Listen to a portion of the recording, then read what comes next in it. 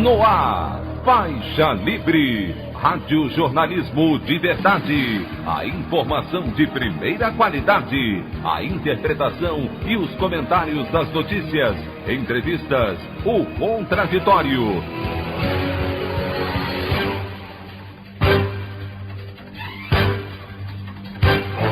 Tudo para aproximar você cada vez mais da realidade do Brasil e do mundo. Apresentação: Anderson Gomes. Senador Major Olímpio perde a luta para a Covid-19 aos 58 anos e é mais uma das quase 300 mil vítimas da doença no país. Congresso recebe a notícia com perplexidade e prepara pressão ao governo federal por medidas contundentes para frear a pandemia no Brasil. Presidente do Banco do Brasil, André Brandão, renuncia ao cargo após sucessivas pressões do Palácio do Planalto.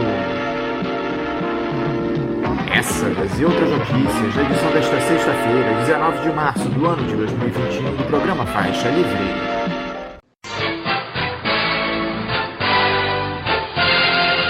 Comentário de Anderson Gomes.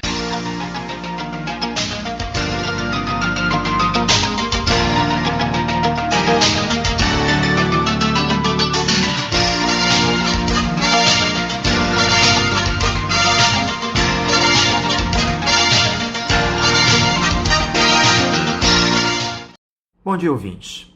Eu havia separado aqui alguns temas para o nosso editorial de hoje, mas a morte do senador Major Olímpio, do PSL de São Paulo, aos 58 anos, mais uma vítima da Covid-19 no país, faz com que eu dedique o pouco tempo que nos restou a esse tema. O político do PSL é o terceiro senador a perder a luta para o coronavírus no Brasil. Antes dele, José Maranhão, do MDB da Paraíba, e Harold de Oliveira, do PSD do Rio de Janeiro, já haviam ido a óbito. Major Olímpio estava internado desde o dia 2 de março em um hospital particular da capital paulista e deixa esposa e 2 filhos. A morte do parlamentar, que foi eleito na onda do bolsonarismo como aliado ferrenho do ex-capitão, mas já havia abandonado a tropa de choque do presidente há algum tempo, foi recebida com perplexidade no Congresso, não só por não fazer parte do grupo de risco para a doença, mas, pelo contrário, considerado um dos senadores com a saúde mais forte, muito por conta do seu histórico nas forças policiais. Ainda não se sabe o tipo de repercussão que a morte do parlamentar vai provocar no Palácio do Planalto, dado o afastamento recente entre ele e Jair Bolsonaro. Mas fato é que esse episódio pode se tornar um ponto de inflexão na estratégia do governo federal no combate à Covid-19. Deputados e senadores já se articulam para pressionar o chefe do executivo para que tome medidas incisivas na contenção dessa tragédia que é o novo coronavírus no país. A pergunta que eu deixo aqui é a seguinte: as quase 300 mil mortes pela doença em pouco mais de um ano não são suficientes para que se haja com responsabilidade diante da Covid-19? A vida do Major Olímpio vale mais que a das centenas de milhares de brasileiros que tombaram pela pandemia? Fica aqui nossa solidariedade à família do senador e à de todos os irmãos que nos deixaram por conta desse projeto genocida urdido por Jair Bolsonaro. A opinião do Faixa Livre. Bandeirantes, 1360. Estamos apresentando Faixa Livre. Voltamos a apresentar Faixa Livre. Estamos de volta, ouvintes, com o início da edição de hoje do programa Faixa Livre, que tem na sua produção a jornalista Celeste Sintra, auxiliada pela também jornalista Natália Moraes, tendo no comando do áudio o Francisco. Meu bom dia a todos. E meu bom dia também a você, que pode aqui participar nos enviando mensagens eletrônicas para o endereço ouvinte@programafaixalivre.com.br ou ainda registrando suas participações diretamente nas nossas redes sociais. No Facebook, nossa página é o Programa Faixa Livre. No Twitter e no Instagram, para deixar o seu recado, basta seguir os perfis @PGM Faixa Livre. Lembrando que as participações por telefone estão inviabilizadas, pois durante o período da pandemia do novo coronavírus, nosso programa está sendo gravado no dia anterior à sua veiculação. Pedimos desculpas aos nossos ouvintes que costumam interagir conosco desta forma, mas foi a maneira encontrada pela equipe do Faixa Livre para mantê-los informados sobre o que acontece no país e no mundo com essa nossa visão crítica e, ao mesmo tempo, preservando a saúde dos profissionais que levam o programa ao ar. O Faixa Livre pode ser acompanhado também pelo nosso aplicativo para celulares com sistema operacional Android. O nome do aplicativo é Programa Faixa Livre. Os ouvintes também têm acesso à transmissão pelo nosso site, o www.programafaixalivre.com.br, ou pela página da Associação de Engenheiros da Petrobras, a AEPET, uma das nossas entidades patrocinadoras, no www.aepet.org.br. Para quem perdeu alguma das edições ou quer ouvir novamente o Faixa Livre, os áudios das entrevistas e editoriais estão disponíveis no nosso podcast, nos aplicativos Spotify, Deezer e Castbox. E dando início às nossas entrevistas, eu cumprimento o ex-presidente da União Nacional dos Estudantes, a UNE, e um dos fundadores do Movimento pela Agricultura Ecológica, Jean-Marc von der Weyde. Jean-Marc, bom dia! Bom dia, Anderson. Bom dia para todas e todos que estão nos escutando. É um grande prazer estar aqui com vocês para poder discutir a nossa realidade, entendi, preocupante e até assustadora. Jean-Marc, muito obrigado por você dialogar novamente conosco aqui no Faixa Livre. Jean-Marc, eu queria começar essa nossa entrevista te parabenizando por um belo e extenso artigo que você escreveu, que tem sido inclusive muito elogiado, onde você aborda uma série de questões do nosso país na atualidade, com a sua preocupação com a pandemia, alguns aspectos dessa militarização que tem se dado durante a gestão Bolsonaro, o empobrecimento da população. Eu gostaria primeiro, Jean-Marc, que você fizesse um breve resumo desse artigo aqui para os nossos ouvintes, por favor, elencando os dramas que nós temos passado. Olha, o Anderson, o artigo é muito longo, é até demasiadamente longo, e tem como título genérico, assim, digamos, um país sem governo, quem está no poder é o Covid. E ele, na verdade, trata de vários aspectos das crises mais emergentes, mais fortes, mais brutais que estão assolando o país e a população nesse momento. Evidentemente, a pandemia é um deles, está numa fase que todo mundo está dizendo que é aguda, mas cada dia é mais agudo e ainda vai ampliar muito, esse quadro. E a outra, que vem correndo menos visível do que a da Covid, mas que vai pegar, inclusive, provavelmente mais gente, é a questão da fome, da subnutrição, da desnutrição, que vem junto com o problema de abastecimento alimentar, junto com o problema de aumento de preço de alimentos, que vem disparadamente desde o começo do ano passado, mas que não é um problema tão recente, ele tem raízes mais antigas e tem também vinculações, com o mercado internacional de produtos agrícolas. Nós estamos diante de uma situação complicada, não só no Brasil. Outros aspectos, que eu procuro tratar são como é que o governo vem lidando com a questão da pandemia, ou não lidando, ou lidando a favor da pandemia ao longo desse tempo, por outro lado, procuro analisar como é que as diferentes forças sociais e políticas no país se comportam frente a esse governo e frente à postura desse governo na pandemia. E, finalmente, eu tento analisar as causas da crise alimentar, como eu já falei antes, as suas consequências. E o último ponto é uma série de propostas, o que seria necessário fazer para enfrentar essas duas crises da maneira mais urgente e mais, dramática, porque são duas das múltiplas que estão nos assolando. Tem outras, muitas outras, mas essas duas eu digo que são decisivas. Não adianta você tentar resolver outras questões se essas duas não o forem. Então, acho que essa é a parte mais importante do artigo, é isso aí. Abordando mais detidamente a questão da pandemia, Jean-Marc, nós viramos o epicentro do mundo nos casos de Covid-19. Em nenhum país se morre mais pela doença do que no Brasil. Já são mais de 2.000 óbitos diários, algo absolutamente fora de qualquer razoabilidade. O Jair Bolsonaro anunciou a troca do ministro da Saúde, tirando o general Pazuello e colocando no seu lugar o cardiologista Marcelo Queiroga, que ainda não tomou posse, mas segue a cartilha do bolsonarismo. Ele mesmo disse que a política pública é do governo, não dele, ou seja, essa marcha macabra de mortes deve continuar. Eu tenho dito aqui no programa, Jean-Marc, que essa substituição da farda pelo jaleco é apenas uma tentativa de o ex-capitão legitimar o genocídio que ele comete contra a nossa população. Você concorda com essa leitura, Jean-Marc, que a chegada de um médico ao ministério vem para validar o discurso irresponsável do presidente? Olha, Anderson, eu acho que é um pouquinho talvez mais complicado do que isso. Eu acho que a saída do Pazuello, ela é uma coisa um pouco curiosa. Na verdade, eu tenho a impressão que o Bolsonaro não tinha nenhuma intenção, nem sentia nenhuma necessidade de trocar o Pazuello por quem quer que seja. Quer dizer, era um personagem que era um pau-mandado, obediente, disciplinado, fazendo tudo que seu mestre mandar. Então, não acredito que isso fosse nenhuma vantagem para ele.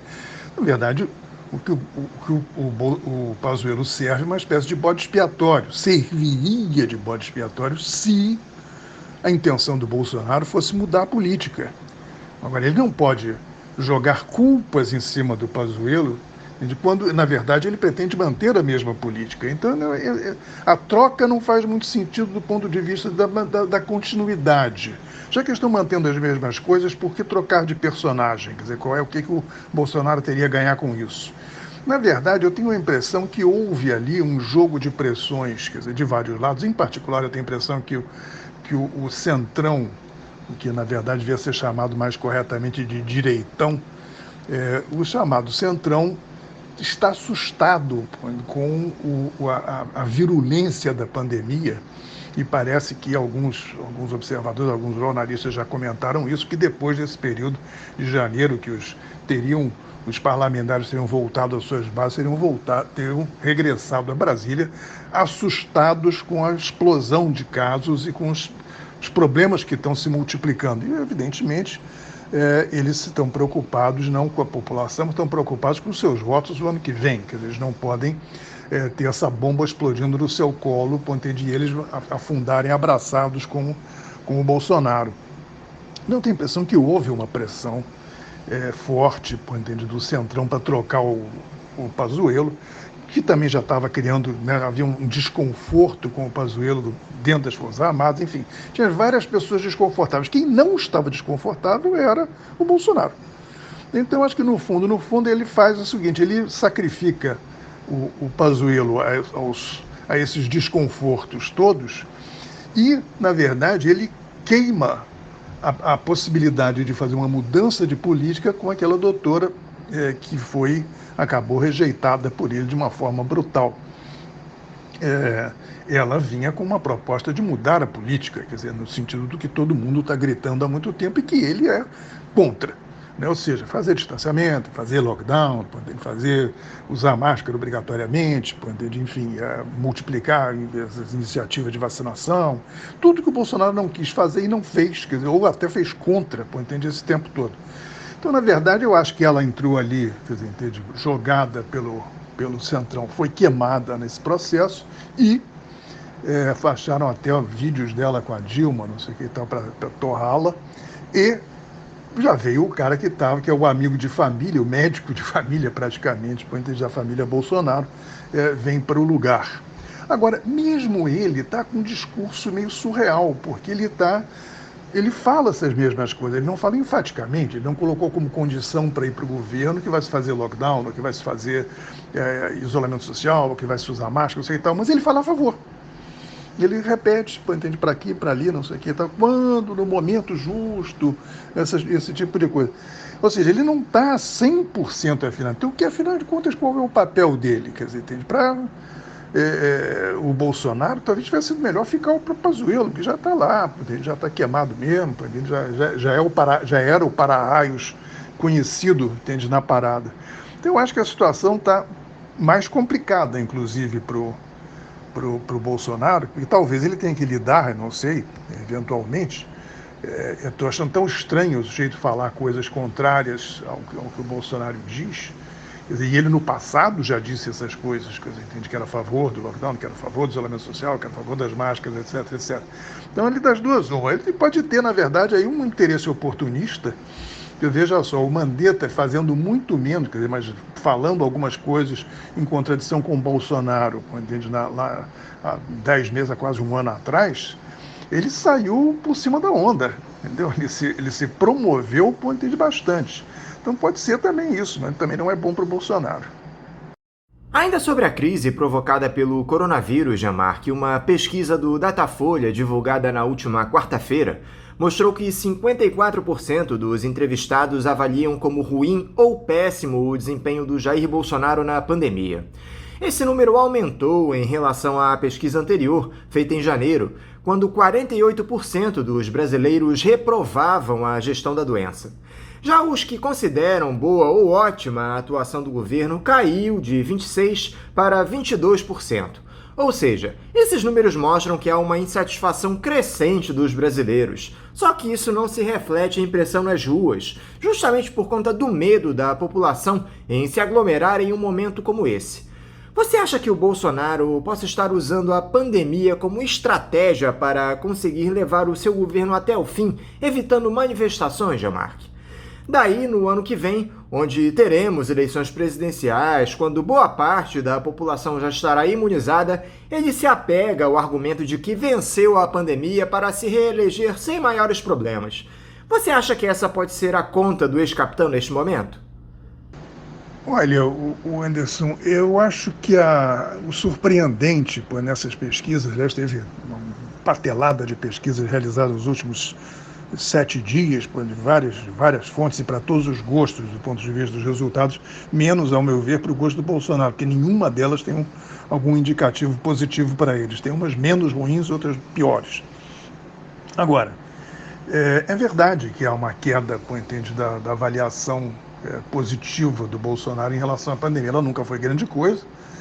Mesmo na época em que o Mandetta estava com uma aprovação muito alta, o Bolsonaro não estava. Quer dizer, ele já era uma coisa, já havia essa diferenciação. Então, hoje, o surpreendente não é as pessoas estarem avaliando ele mal, o surpreendente é que ainda tenha 22% da população que diz que ele está ótimo, bom, quer dizer, que é o tratamento que ele dá, quer dizer, a esse desastre, digamos assim, talvez o mais grave da história do país, 22% acham que está tudo muito bem, obrigado. Né? E refletido, inclusive, em coisas extraordinárias, entende, como o líder do governo, entende, no Congresso, fazendo ao vivo e a cores, entende, na televisão, entende, nos programas, que acha que a situação do governo em relação à pandemia é confortável. Confortável. Entende? Isso é inacreditável. Então, 22% da população está tão obnubilada, está tão assim, ofuscada pela fake news, entende, pela propaganda, pela digamos assim, pela cultura do ódio ao outro, entende, que ela identifica, então ela joga todo ela joga o ódio via Bolsonaro para o resto do mundo, entende? Então essa é a única coisa que explica, entende, que o Bolsonaro não tenha descido a níveis, digamos assim, de 2%, 3% de aprovação. Você não só tem isso, você vai manifestar em outras coisas. Agora, se tem 54% que acham ele muito ruim, tem 50 e tantos, tem 48%, entende, que do modo um cômputo geral acham que ele é ruim ou péssimo, não só na questão na pandemia, você tem um número ainda bastante significativo, que está na faixa aí dos 30%, 20, 28%, 30%, que não continuam achando que ele é bom ou ótimo. Em geral, não só na pandemia, mas em termos gerais como governo. E quando você pergunta, entende, se são a favor do impeachment, mais da metade é contra o impeachment. Quer dizer, ou seja, não vê, mesmo tendo críticas, não vê a urgência, a necessidade quase que desesperada, entende, de afastar esse criminoso para você conseguir fazer alguma coisa para salvar vidas nesse país. Então, eu acho que essa situação está muito longe chegar, digamos assim, a um paroxismo onde a ficha caia para a população como um todo, entende? E que você possa, de fato, ter movimentos capazes, entende? De afastar esse personagem do governo, que é uma questão absolutamente fundamental, é uma questão de salvação nacional. Agora, a questão das manifestações públicas, eu acho que tem havido algumas, tiveram umas carreatas da oposição, não sei o que e tal. Os bolsominions não veem nenhum problema em se aglomerar, eles se juntam aí, fazem manifestações, etc. Tal, embora muito pequenas relativamente, eles não conseguem botar muita gente em manifestação. E eu acho que não é por causa de medo da Covid, é porque eles hoje em dia têm pouca gente disposta a pôr a cara na rua para defender esse personagem. Embora ainda tenha as estatísticas apontem para uma relativa simpatia, que tem uma resiliência de 30% na aprovação, quer dizer, do Bolsonaro.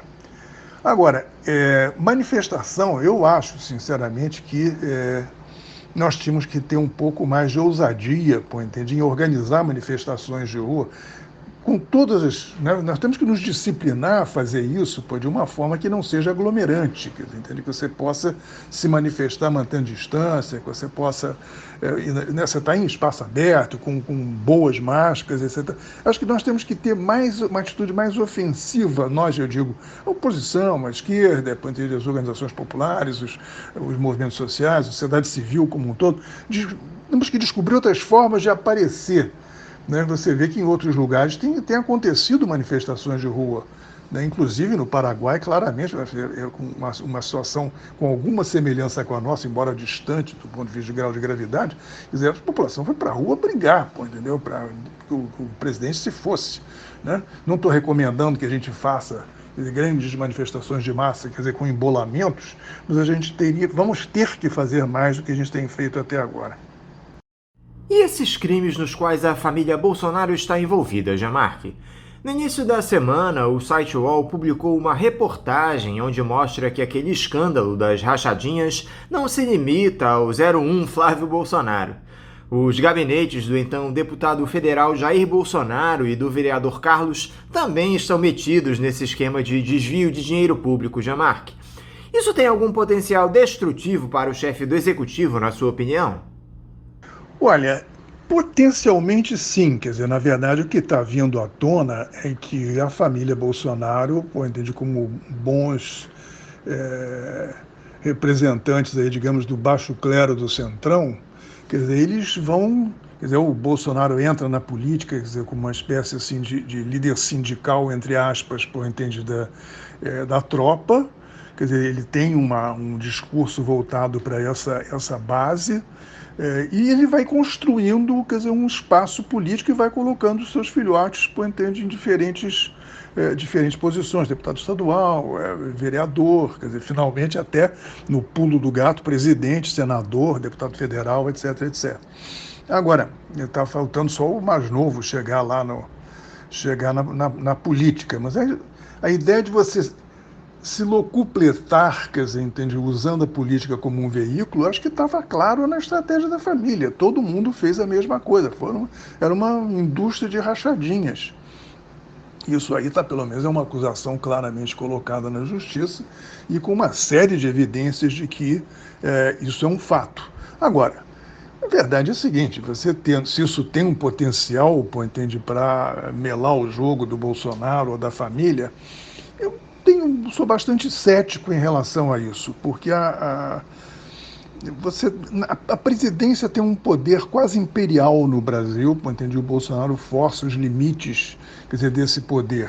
Quer dizer, ele interfere na Polícia Federal, ele se mete com o Judiciário, entende? Ele criou uma série de relações, digamos, que eu chamaria de cumplicidade ideológica, entende? Não existe outra explicação para o comportamento de vários juízes de segunda e até terceira instância que são, digamos assim, proto-bolsonaristas, quer dizer, entendeu? Quando a coisa aperta, eles entram para aliviar a acusação contra um aqui, tirar o outro da linha de frente. Ou seja, ele tem pelo menos mostrado um certo poder, a família Bolsonaro, de manter digamos assim, as ofensivas contra as suas ilegalidades, sob controle, ou pelo menos adiando, rolando a coisa para frente. É evidente que para o próprio Bolsonaro, por isso que é tão vital para ele ganhar a eleição do ano que vem, que é aquele negócio, quando sair, ele está no sol e no sereno, entendeu? Ele está mais ao alcance da justiça. Embora a história também mostre no Brasil que dificilmente você tem algum poderoso ex-presidente que em algum momento tenha sido processado depois de sair da sua cadeira presidencial e tenha sido punido, né? De modo que eu não acredito muito que isso possa acontecer.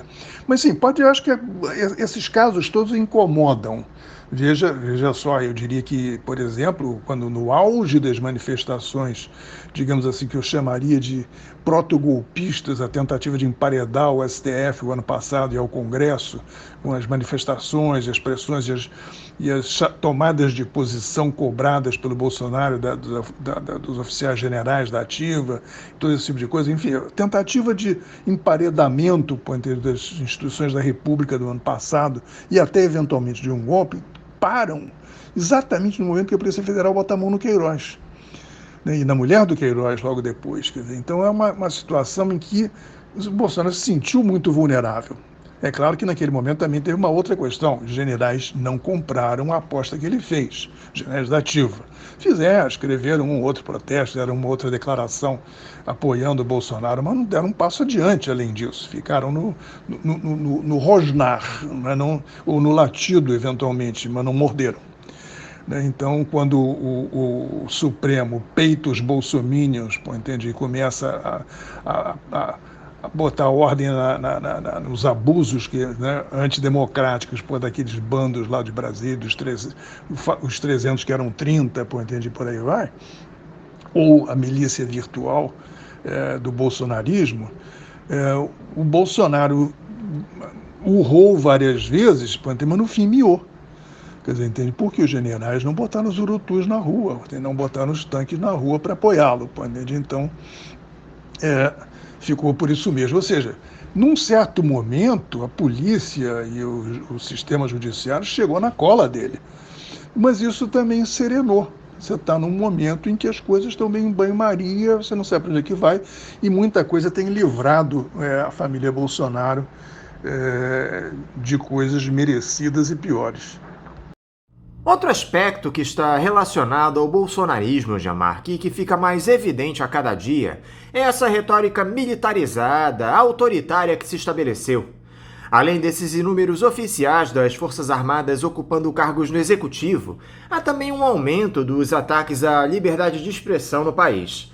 Houve recentemente esse episódio envolvendo o youtuber Felipe Neto, que tomou conta do noticiário, onde ele foi intimado a depor, baseado na Lei de Segurança Nacional por ter chamado o Bolsonaro de genocida nas redes sociais. Houve também a detenção de um militante petista, o André Constantini, em uma manifestação após ele dizer ao microfone que a PM, abre aspas, mata preto e favelado todos os dias, fecha aspas.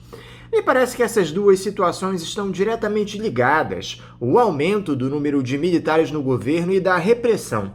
Só que isso sempre foi a raiz do discurso bolsonarista, Jamarque, não é nenhuma surpresa. Isso te preocupa de alguma maneira? Como é que as instituições devem atuar para combater essa lógica? Olha, eu já venho falando e escrevendo sobre essa questão da militarização da política no Brasil já há algum tempo, desde até um certo período, foi até o centro das minhas reflexões na primeira metade do ano passado.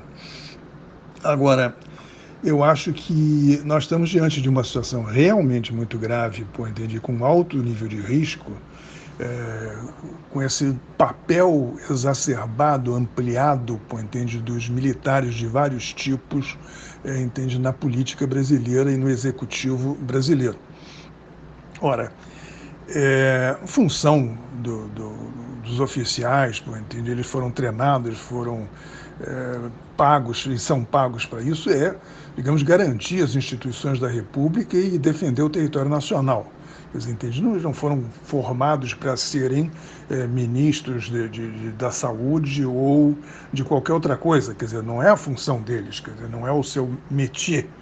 Então, serem chamados para isso, entende? Na verdade, não é outra coisa senão uma maneira de Bolsonaro neutralizar, quer dizer, atrair, eu diria até entre aspas, subornar, quer dizer, a oficialidade das Forças Armadas, e, por outro lado, entende, ele não colocar, quer dizer, entende, outro tipo de gente com o qual ele pudesse ter algum tipo de conflito.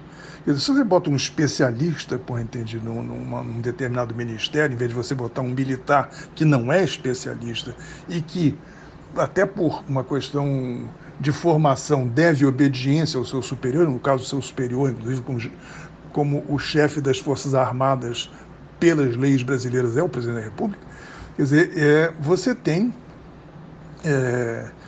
É melhor para o Bolsonaro que não seja um especialista, que seja um que possa ser como o Pazuello, um pau-mandado, um cara que faz o que ele quer. Quer dizer, então ele passa a ser ministro de tudo.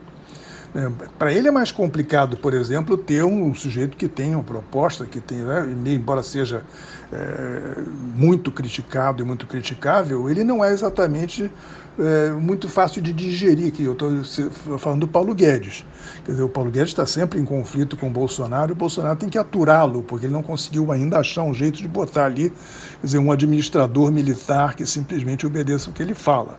Ali ele tem que lidar com uma coisa um pouco mais complicada, que é os chamados mercados, os chamados donos do PIB, enfim, outras figuras que supostamente estão por trás ou embaixo segurando o tapete, entende, do Paulo Guedes. Bom, então a questão da militarização tem esse lado, mas tem um outro lado, que é a militarização da sociedade, quer dizer, entende? Ou seja, a liberação de armas de guerra, entende, para indivíduos em quantidades que são atualmente, na proposta atual, de mais ampliação ainda, que foi ampliado de 1 para 5 e agora de 5 para 60 armas, quer dizer, que qualquer um pode comprar, quer dizer, com mínimas condições, sendo que a condição básica é ter dinheiro para isso, entende? E mais quantidade de munição que cada um pode ter, suficiente para dar dezenas de tiros por dia, todos os dias do ano. Quer dizer, então, você está... O que é isso? Nós estamos armando, estamos fazendo um arsenal na mão, quer dizer, de privados. O número de gente que hoje em dia está, digamos, habilitada, se habilitou a posse e uso dessas armas, quer dizer, triplicou, entende, desde que o Bolsonaro foi para o governo, dobrou e triplicou desde que o Bolsonaro foi para o governo, e eles estão se organizando nos famosos clubes de tiro, que são, na verdade, digamos assim, núcleos bolsonaristas armados. Isso aí, em qualquer outro lugar do mundo, seria chamado de milícia, né? A milícia política, na verdade. Ela não foi acionada ainda, né? Mas a ameaça está sempre presente, né, de que isso venha a ser uma força armada, atuante, concretamente. É claro que tem limites esse tipo de atuação, quer dizer, entende? Não é um grupo digamos assim, de 30, 40, 50... ou mesmo um pouco mais de sócios de um clube de tiro, entende, que vão estar armados, estarão prontos para sair na rua dando tiro a favor da coisa. E depois você tem que ter uma organização mais militar que não está ainda visível. Esses clubes não estão interligados, não se organizam territorialmente para, quer dizer, concatenar ações. Mas isso não é difícil de fazer. Em outros lugares já aconteceu. Agora, em terceiro lugar, você tem as forças militares, quer dizer, que já demonstraram nos últimos tempos que elas não estão sob o controle dos seus comandantes. Os seus comandantes são os governadores, que respondem aos governos estaduais. E hoje em dia, rigorosamente não respondem aos governos estaduais. Os governos estaduais, na verdade, negociam com as suas polícias militares, seja o que for. Houve um momento, ano passado, quando o Dória ameaçou botar a polícia na rua para impedir as pessoas de circularem, uma dos esforços de isolamento que ele montou, os caras reagiram oficiosamente ao seguinte: a polícia não vai fazer isso. E ele não teve coragem de mandar fazer. Entende? Então, a situação da polícia é essa: é uma polícia bolsonarista, né? Quer dizer, que tem núcleos fortes pró-Bolsonaro. Há uma repressão contra digamos, você pode chamar os militares, os policiais democratas. Quer dizer, quando eles têm coragem de botar a cara, eles são rapidamente isolados, deslocados, cerceados. De modo que você tem, na verdade, um conjunto de gente com arma na mão, quer dizer, que o Bolsonaro está tentando transformar em seu universo, sob o seu comando. O mais complicado para ele é o que é mais importante, que é o próprio Exército. O Exército, por vocação, responde à sua estrutura hierárquica. E a questão é saber até que ponto os oficiais generais, quer dizer, serão obedecidos. E até que ponto eles poderão também ter o movimento pró-Bolsonaro. Até agora não mostraram, até agora eles ficaram numa posição relativamente, digamos, de pé atrás em relação aos arroubos mais agressivos do bolsonarismo. Porém, até onde isso pode chegar, eu não sei. A verdade é que essa questão do risco de uma situação de golpe está colocada, sobretudo se você tiver uma explosão de caos social provocada pela pandemia ou pela fome ou pelos dois. Quer dizer, vai ter uma situação, digamos assim, ótima para Bolsonaro intervir pedindo estado de sítio, pedindo, ou mesmo intervindo, entende, na marra, entende, aí com o apoio das Forças Armadas, eventualmente até com o apoio dos donos do PIB, da alta rapioca com dinheiro no Brasil, que vai morrer de medo desse tipo de situação. Só que conectado a todas essas facetas da gestão do Jair Bolsonaro, Jean-Marc, há também um protagonismo dos ultraliberais, representados especialmente pelo ministro da Economia Paulo Guedes, que ataca garantias sociais, entrega o Estado Nacional, precariza o serviço público. Tá aí essa PEC 186 que acabou de ser aprovada. Temos um índice de desemprego altíssimo no nosso país, uma população empobrecida que não tem acesso à renda por conta das limitações provocadas pela pandemia, sem o auxílio emergencial, todo um arcabouço de medidas que fazem com que o drama se amplie dia após dia. É só aqui no Brasil, Jean-Marc, que esse ultraliberalismo age para exterminar as pessoas da base da pirâmide? Será que esse pessoal sequer percebe que a economia só gira se há consumo pela massa trabalhadora? Por que esse caráter odioso da classe dominante brasileira, Jean-Marc? Olha, a situação de crise social no Brasil é de tal tamanho que fica até difícil as pessoas se darem conta. Por exemplo, quando foi feito o auxílio emergencial do ano passado, e eles começaram a contar quem é que vai receber, de repente apareceram um número que o Guedes, da forma mais deslavada do mundo, disse assim: tem 40 milhões de invisíveis. Os invisíveis são aqueles que não aparecem nas estatísticas de emprego, nem nas estatísticas de atividades essas ou aquelas, são pessoas quase que sem identidade. Né? Então, mas 40 milhões, um pouco menos de um quinto, da população brasileira. Se você for somar que esses 40 milhões, quer dizer, são adultos trabalhando, quer dizer, ainda tem os filhos, os dependentes, é você somar nessa coisa. É muita, muita gente.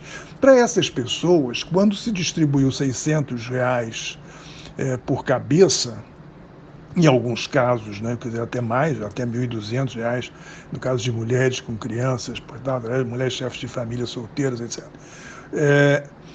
Então, quando houve essa distribuição de dinheiro, para esses 40 milhões, eles, na verdade, foi o que o mercado descobriu, esses consumidores.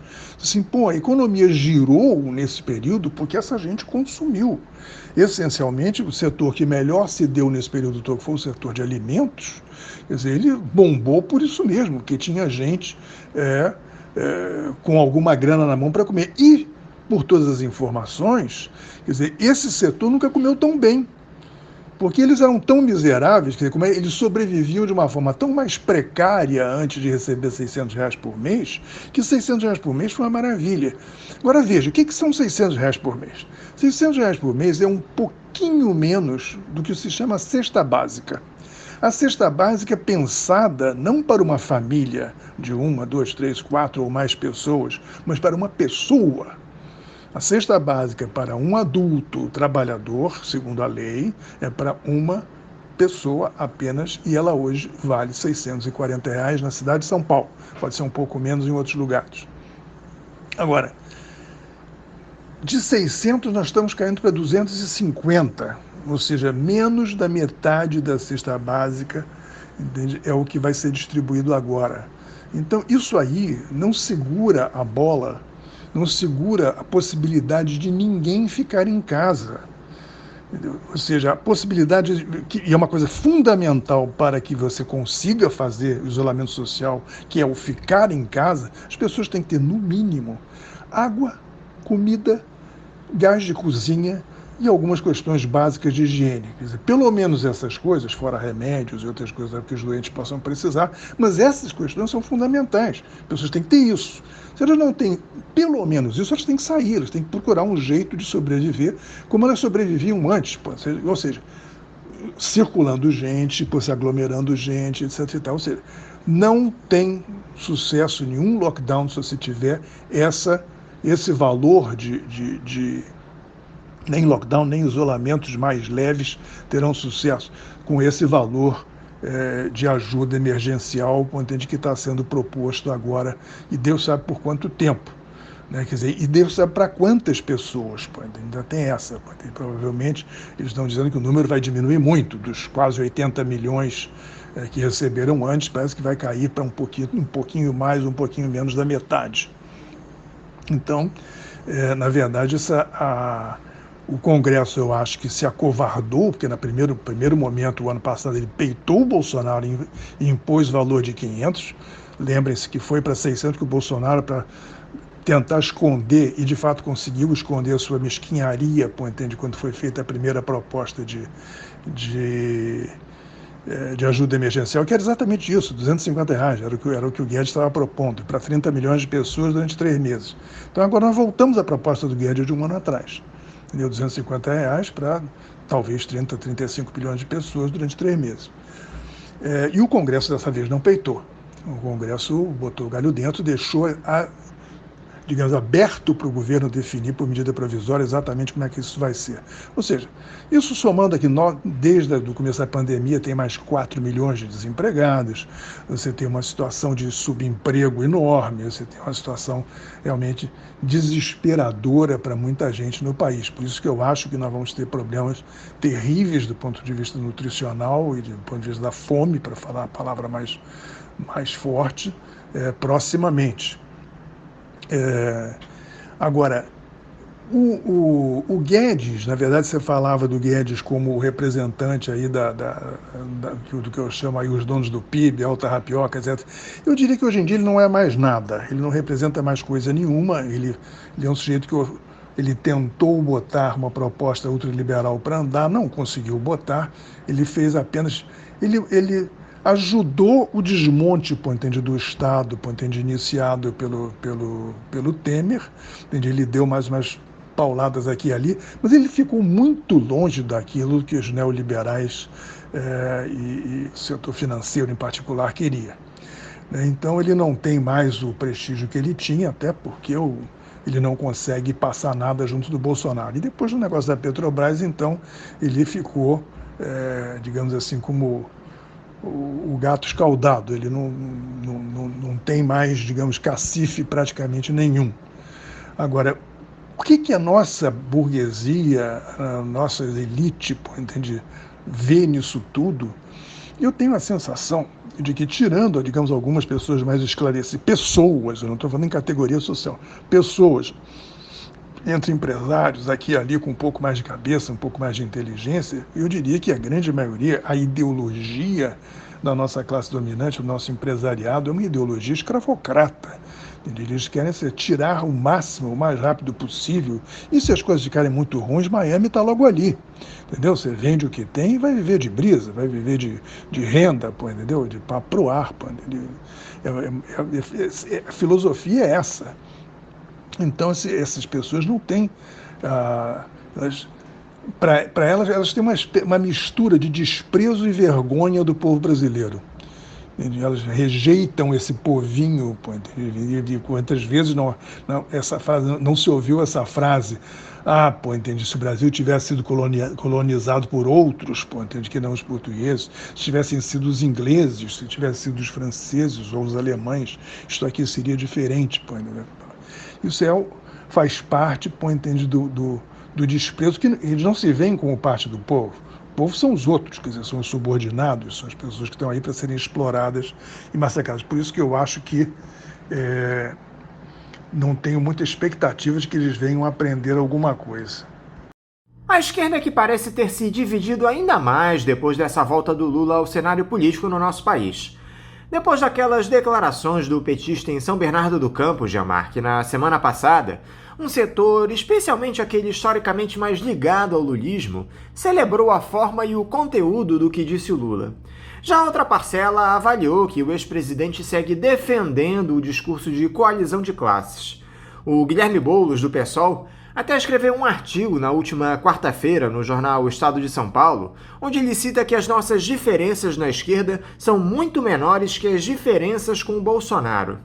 A grande questão, Jean-Marc, é saber se o Lula representa de fato um projeto político de esquerda. De toda forma, o ex-presidente seria a alternativa possível neste momento que o país atravessa, ainda que ele não rompa com essas amarras do ultraliberalismo. Eu acho que a entrada, a volta, entre aspas, do Lula ao centro da política, ela é evada de vários problemas. Para começar, eu diria que o Lula e o PT e os lulistas em geral, eles estão tentando fortemente passar uma reescritura da história e uma narrativa onde, primeiro, estão declarando que o Lula foi inocentado. Ele não foi inocentado, ele simplesmente foi transferido o julgamento dele de um lugar para o outro. Inocentado é uma outra coisa, ele ainda não está. Eu até espero que seja, pelos vícios todos que teve esses processos até agora. Mas o fato é que você tem o Lula, depois você tem uma quantidade grande de dirigentes e militantes do PT, ou próximos do PT, que também estão processados e alguns condenados ao longo desse tempo. E todos os aliados dos governos petistas, do Centrão, do MDB, etc., que também estão envolvidos em processos nessa coisa toda. Então a pergunta que fica é o seguinte: o Lula vai celebrar a sua libertação, quer dizer, e a sua, entre aspas, inocência, ou ele vai lutar para a inocência de todos, e todos, no caso, é o quê? Os petistas e também, quer dizer, o Centrão, quer dizer, passa a boiada toda, quer dizer, vamos anular todos os processos, então zera tudo, isso é chamado teorema de Jucá. Vamos zerar essa coisa toda, acabar com passar a borracha no jogo. Isso aí, eu diria que é uma tentativa complicada, entende? Porque a população não tem exatamente não engole esse discurso com facilidade. Muita gente está vendo, sim, que o Moro e a, entre aspas, República de Curitiba abusou loucamente, do direito, para mover os seus processos. Agora, por outro lado, se você for olhar, quer dizer, o conjunto dessa coisa, isso não é tudo invenção. Entende? Houve abuso de poder, houve abuso da justiça, sem dúvida. Pode até tecnicamente anular todos os processos. Agora, não anula um dado da realidade. Existiu uma alta corrupção nesse período, e essa corrupção beneficiou politicamente, em alguns casos pessoalmente, uma série de políticos que estavam no governo e próximos ao governo. Então isso aí é muito difícil você chegar para a população, isso é tudo mentira, tudo invenção, tudo fake news, vamos mudar o papo. Tanto é que você olha, quer dizer, o Lula está com uma melhoria de posição muito boa, mas você teve na primeira avaliação que foi feita, não me lembro se foi pela Atlas ou por quem, depois da decisão do Fachin, você tem maioria, 54% são contra, entende, essa decisão. Então você ainda tem uma situação confusa. O Lula não, embora tenha melhorado muito a situação em que ele estava de algum tempo atrás, quer dizer, depois desse discurso, depois dessa posição, ele ainda tem que explicar um monte de coisa. Naquele discurso dele lá em São Bernardo, a Dilma não aparece. Entende? Ele fala da Petrobras no período dele, entende? Ele não fala da Petrobras no período da Dilma. A Petrobras é uma grande coisa, agora está sendo arruinada, não sei o que e tal. Pera lá, quer dizer, entende? E no período da Dilma, o que rolou? Entendeu? Quais foram os impactos da economia? Então, o Lula está sendo obrigado, na verdade, é um exercício complexo, que é apagar o governo da Dilma, transformar o seu no paraíso na terra, quer dizer, tem de vender o seguinte: eu vou trazer o paraíso de volta. Bom, eu acho que, primeiro, é fundamental, tem discutido, né, tem havido debates aí sobre um novo programa, quer dizer, que o PT está propondo. Eu debato com gente que participa desses processos de elaboração de programas. Eu tenho dito: vocês estão ignorando tudo que aconteceu, quer dizer, vocês não discutem a realidade do passado. Primeiro, vocês têm o olho virado para trás, quer dizer, vocês estão olhando para o passado, querem trazer o passado de volta, quer dizer, vocês não estão olhando nem para o presente nem para o futuro. E mesmo quando olham para o passado, vocês só olham no lado róseo. Quer dizer, os erros, os problemas, eu não estou falando de corrupção, estou falando dos problemas de políticas erradas que foram feitas em várias coisas. Isso ninguém olha. Claro que isso foi infinitamente melhor do que o Bolsonaro está fazendo ou que o Temer fez, isso não há dúvida. Agora, isso não resolve os problemas estratégicos da população brasileira? Não resolve. Nós estamos precisando de um outro tipo de governo. Agora, no momento em que nós estamos, eu estava algum tempo atrás, eu estava disposto a fazer o seguinte: até o Dória eu voto para derrotar o Bolsonaro. Embora acho o Dória um crápula, acho um representante de tudo aquilo que eu combato na vida, quer dizer, contra o Bolsonaro eu voto em qualquer um. Entende? Agora, o Lula, evidentemente, é muito melhor do que o Dória. Entende? Nas opções aí presentes, não há nenhuma outra opção. Nem digo opção viável, entende? Porque a opção viável provavelmente não tem nenhuma. Entende? Agora, mesmo entre as opções em geral, vamos botar Ciro, Lula, e sei lá quem mais, entendeu? Então, talvez o Haddad fosse melhor do ponto de vista de conteúdo, mas menos hábil politicamente, evidentemente. Não tem personagem e, sobretudo, não tem carisma para peitar um enfrentamento desses. Então, eu diria que, se for comparar Ciro, Marina, Lula, etc., então o Lula é o melhor deles. Na situação presente não tem nada melhor. Como, de fato, eu acho que nós estamos meio que... não tem muito como escapulir, quer dizer, entende disso. E é melhor que seja isso do que qualquer outra coisa mais dividida. Nesse caso, eu acho até que o PSOL, entende, outras organizações mais à esquerda, vão ter que, evidentemente, defender posições mais avançadas, essa coisa toda, mas não tem hipótese de não marchar unidos por entender esse enfrentamento ao bolsonarismo. Ainda que as eleições estejam a cerca de 1 ano e meio de nós, Jean-Marc, o fato é que o Brasil precisa de medidas imediatas para que superemos esse caos representado pelo bolsonarismo. Pela correlação de forças que está colocada, com a capacidade reduzida de ação das nossas esquerdas, o que é possível ser feito hoje para que nós tenhamos um horizonte de melhora da situação de vida da nossa população, Jean-Marc? Olha, eu escrevi isso no último capítulo aí desse artigo que eu circulei. Ele é uma espécie de programa para o imediato. Eu parto do seguinte princípio, entende? O grid de largada das eleições do ano que vem vai ser composto por aqueles candidatos que assumirem algum protagonismo, entende, na luta contra a pandemia agora. A pandemia é a questão alimentar, mas em primeiro lugar ainda a pandemia, que a coisa vai ser mais urgente, mais emergente, mais dramática, entende, esse ano. Embora coadjuvado pela questão da fome. Então, eu acho que, dependendo do que cada um fizer, quer dizer, em relação a esse tema agora, ele se cacifa o ano que vem, no processo eleitoral, e muito. Porque eu acho que até lá essa questão não vai estar resolvida ainda. O Bolsonaro, ele está se cacifando pelo lado negativo. Ele mantém uma narrativa, uma proposta que é fundamentalmente jogar as culpas nos governadores e nos prefeitos e dizer que ele fez o que tinha que ser feito, o que podia ser feito e que o resto é fantasia, é medinho, é mimimi, entender, choradeira, etc, etc. Ele ofende muita gente com isso, em particular os mortos e os seus familiares. E todo mundo com o mínimo de sensibilidade se sente ofendido por isso, mas é uma narrativa que ele mantém, né, e provavelmente manterá até o fim.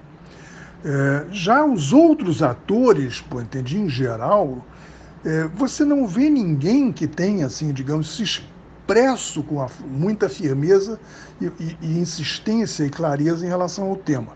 Eu diria que o Mandetta, entende, ele até hoje ele está capitalizando aqueles 2 meses em que ele foi ministro e que foi um ministro que peitou o Bolsonaro.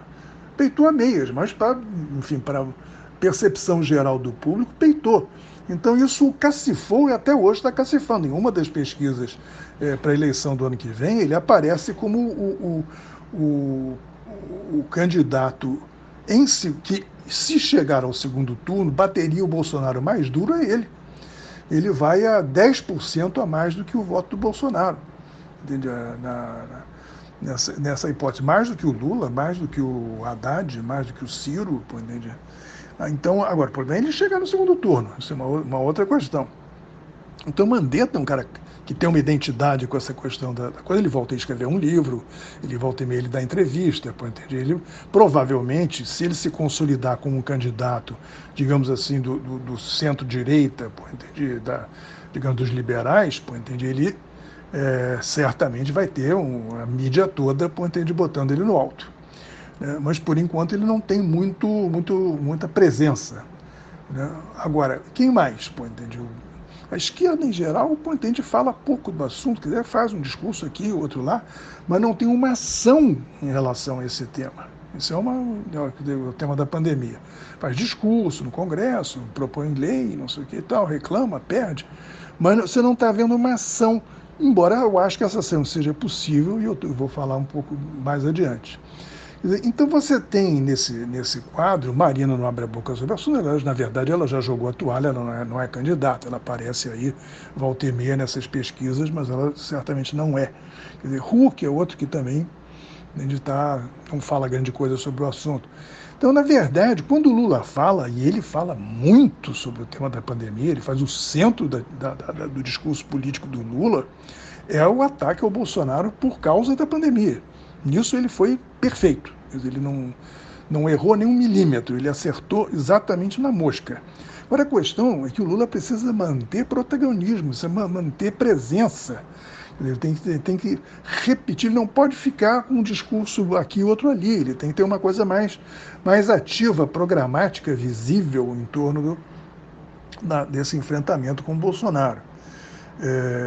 E aí nós vamos chegar no ponto, quer dizer, que eu bato muito no artigo, quer dizer, você tem que criar um mecanismo que eu chamo de contrapoder. Nós não podemos acreditar que o Ministério da Saúde, o Bolsonaro, vai fazer aquilo que tem que ser feito. Então você tem que criar organizações da sociedade, que eu acho que tem embriões disso já acontecendo, por exemplo, a articulação dos governadores, a articulação dos prefeitos, entendeu? Acho que tem que juntar essas coisas todas, prefeitos, governadores, deputados, senadores, cientistas, organizações da ciência, organizações importantes da sociedade civil, de grandes movimentos sociais. Você tem que criar uma espécie de comitê de crise, comitê de salvação nacional, para discutir o que vai fazer, quer dizer, não só discutir, programar, quer dizer, o que vai ser feito e fazer o que puder ser feito imediatamente. E é isso que tem governador, você tem poder local, você tem prefeitos que têm poder local. Por exemplo, tem um exemplo positivo fácil, Araraquara. O prefeito de Araraquara, ele fez o que tinha que ser feito, entende? Deu certo, está funcionando, com os limites que ele tem, entende? Ele não tem polícia na mão, entende? Ele não tem dinheiro para pagar ajuda extraordinária, entendeu? Enfim, Mas o que ele podia fazer, ele fez, e essas coisas funcionam. Então ele está se cacifando muito. Isso pode ser feito em todas as prefeituras que a esquerda e a centro-esquerda tem no Brasil. Entendeu? Em todos os governos estaduais que a esquerda e a centro-esquerda tem no Brasil. Então, se o PSOL, por exemplo, o que está fazendo o prefeito de Belém? Entendeu? Que é uma cidade importante, a cidade mais importante que a esquerda tem na mão no Brasil inteiro. Entendeu? Está fazendo o quê, concretamente? Você ouve falar do governador, mas não ouve falar do prefeito. Entende? Então, acho que tá faltando assumir mais essas coisas. Então, acho que você tem um programa que é óbvio, quer dizer, você tem que montar um programa, propagandear esse programa, pressionar o governo federal para a execução desse programa, porque muita coisa realmente sem o governo federal você não consegue fazer, mas vamos fazer o que é possível ser feito, porque nós vamos demonstrando para a população o que é que nós temos a dizer, o que nós estamos fazendo, o que nós podemos fazer, quer dizer, se a gente, em algum momento, vai ser necessário tirar o energúmeno do poder. Hoje a gente vai vamos morrer aos milhões. Jean Marc, muito obrigado mais uma vez por esse diálogo aqui conosco no programa. Eu quero te desejar um ótimo final de semana e deixar aqui o meu abraço. O Anderson e todos e todas que participaram aí, tiveram a paciência de me escutar aqui nessa entrevista, eu agradeço a atenção. E dizendo sempre que eu sempre fico muito satisfeito com esses debates. Primeiro que essas perguntas sempre me obrigam a pensar e repensar e tentar expô-las de uma forma mais compreensível. Nem sempre eu consigo, porque eu não tenho esse poder de síntese todo, e eu, em geral, prefiro poder discutir quase que no olho me facilita as coisas. Mas eu espero que não tenha saído muito desconexo, entendi? Agradeço a paciência dos meus ouvintes. Um bom fim de semana para vocês e cuidado todos. O cuidado precisa ser muito agora. Conversamos aqui com o ex-presidente da União Nacional dos Estudantes e um dos fundadores do Movimento pela Agricultura Ecológica, Jean Marc von der Weijs. E antes de a gente ir para o nosso próximo intervalo, eu preciso fazer mais um registro muito triste aqui no Faixa Livre. Anteontem, o Brasil perdeu uma grande figura, o ex-vereador lá do município de Niterói, o Renatinho, do PSOL, uma figura muito querida, um eterno apoiador aqui do Faixa Livre, um grande lutador pela igualdade social, de direitos. Foi vítima da Covid-19, mais uma das quase 300 mil vítimas dessa doença nefasta que o governo federal insiste em negar. Eu deixo aqui a minha solidariedade, meu abraço a todos os companheiros do PSOL e à família do Renatinho, que vai deixar muitas saudades para nós aqui do Faixa Livre e para todos aqueles comprometidos com a luta da classe trabalhadora no nosso país. Vamos agora ao nosso primeiro intervalo. Voltaremos daqui a pouco. Voltamos a apresentar Faixa Livre. Já voltamos, ouvintes, e agora eu saúdo o presidente da Central Única dos Trabalhadores do Distrito Federal, a CUT, Rodrigo Rodrigues. Rodrigo Rodrigues, bom dia. Bom dia a todos que estão nos ouvindo e muito obrigado por mais uma vez me convidarem para estar aqui podendo conversar com vocês. Rodrigo, muito obrigado por mais uma vez você se dispor a dialogar conosco aqui no programa. Rodrigo, a situação política do nosso país segue intrincada, como não poderia deixar de ser, com esse governo genocida do Jair Bolsonaro, que ignora a gravidade da pandemia de Covid-19 e faz com que o Brasil se torne o epicentro da doença no mundo, destrói uma série de garantias sociais da nossa população, desmonta as nossas estatais, o serviço público, especialmente depois da aprovação da PEC 186, sob o argumento de retomar o auxílio emergencial. Uma chantagem absurda. Como é que você analisa, Rodrigo, essas últimas ações do governo federal? Olha, você descreveu bem o que significou a votação da PEC 186, né? Uma chantagem.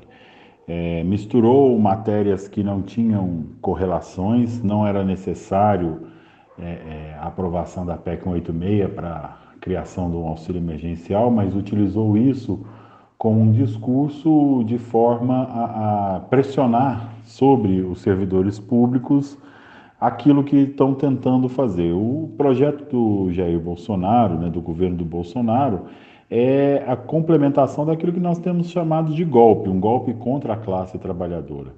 Então a PEC 186 dá um passo nesse sentido da destruição do Estado, né, da destruição da prestação do serviço público à população. Então, acreditar que atacando os servidores, os seus direitos, congelando investimentos em áreas importantes do serviço público vai conseguir fazer com que se combata os problemas do Brasil é uma mentira. Na verdade, o Brasil precisa de mais e melhores serviços públicos. Acho que a pandemia veio mostrar aí a importância e a necessidade, por exemplo, de um sistema público de saúde como é o SUS.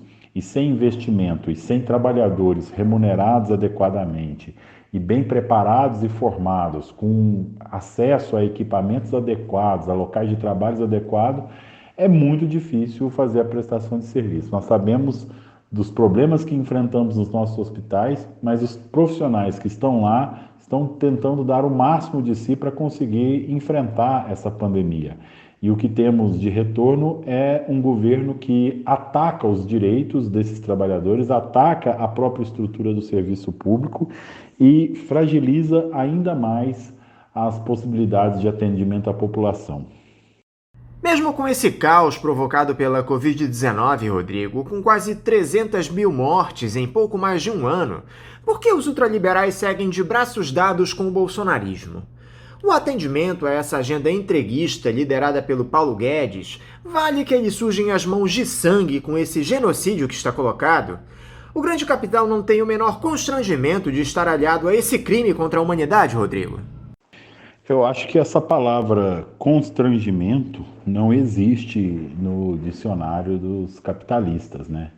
O capitalismo sempre se construiu em torno de grandes genocídios, né? O que não foi o processo de escravização dos africanos que vieram para o Brasil, para as Américas, para onde hoje é os Estados Unidos, senão um grande genocídio contra um povo, uma nação inteira, toda uma série de pessoas que foram arrancadas de onde moravam. O que não foi a própria colonização da América, senão um grande genocídio de povos que aqui habitavam em nome de tomar as terras e obter riquezas. O que não foi a colonização da África e da Ásia, né, nos séculos XIX, por exemplo, senão grandes genocídios promovidos em torno de uma agenda de desenvolvimento do capitalismo europeu. O que não foi a Primeira e a Segunda Guerra Mundial, senão genocídios programados para poder ajustar as contas do avanço empresarial, produtivo, do capitalismo. Então, esse constrangimento não existe, na minha opinião. E acho que Bolsonaro não constrange os grandes capitalistas, os rentistas que enxergam em Paulo Guedes o seu grande operador. Eu acho que, na verdade, Bolsonaro é um instrumento útil para que eles possam avançar sobre o seu projeto, que é o de destruir direitos, ampliar o lucro e priorizar a especulação financeira, o ganho rápido, a detrimento de empregos, a detrimento de qualidade de vida para o povo, a detrimento de serviços públicos. Então, não há constrangimento diante do genocídio para quem quer lucrar, mesmo que custe a vida. Mudando de assunto, Rodrigo, parece que na próxima terça-feira vocês da CUT vão analisar um documento produzido pelo DIEESE que fala a respeito justamente do impacto da Operação Lava Jato na economia e na política do nosso país, não é isso? Você pode nos dizer o que esse documento apresenta, Rodrigo? Onde vocês farão essa análise? Quais foram esses impactos da Força-Tarefa Anticorrupção que está sendo desmascarada no nosso país, no cenário nacional? Pois é, o documento ele foi lançado, na verdade, na última terça-feira. Foi lançado a partir do Facebook da CUT, das redes sociais da CUT. Está até disponível online para quem quiser assistir. O nosso presidente nacional, Sérgio Nobre, apresentou esse relatório junto com o DIEESE, que desenvolveu esse estudo.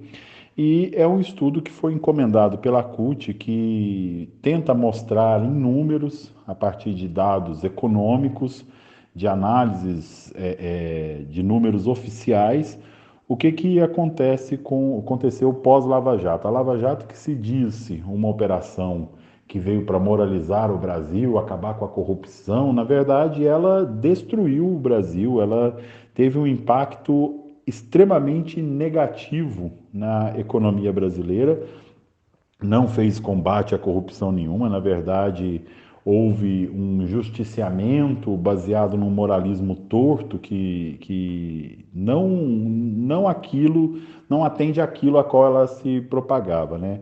E alguns números são reveladores quanto a isso. Para vocês terem ideia, a análise mostra que pelo menos 1 milhão de empregos diretos foram extintos com a Operação Lava Jato e chegou a ter 4 milhões de desempregados devido às consequências da própria Lava Jato. Então, o ataque direto à Petrobras e ao seu sistema produtivo e toda uma cadeia de sustentação desse sistema produtivo e de terceiros que atendiam, comércio e serviço também que viviam em torno da produção da Petrobras, a qual a Lava Jato atacou diretamente, isso fez com que acontecesse um processo de desindustrialização do Brasil e esse processo atingiu também o comércio e serviço. Então, estima-se que cerca de 4 milhões de empregos deixaram de existir por conta da Operação Lava Jato.